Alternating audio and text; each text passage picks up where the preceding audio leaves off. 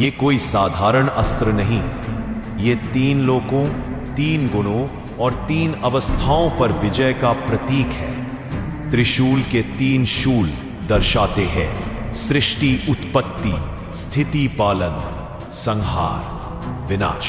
शिव का त्रिशूल बताता है कि वे न केवल विनाश के देव हैं, बल्कि संपूर्ण चक्र को नियंत्रित करने वाले परब्रह्म हैं। त्रिशूल के माध्यम से शिव ये कहते हैं कि जो व्यक्ति अपनी इच्छाओं को काट दे, अपने अहंकार, क्रोध को भेद दे और अपने मोह, माया को समाप्त कर देना, ही साधक शिव के मार्ग का अधिकारी बनता है। यह त्रिशूल हमें बताता है कि वास्तविक शक्ति तलवारों में नहीं, बल्कि स्वयं पर नियंत्रण में है। जब कोई भक्त अपने भीतर के तीनों दोषों पर विजय पा लेता है, तो वह त्रिशूल की तरह सीधा, अड़िग और प्रखर बन जाता है। तभी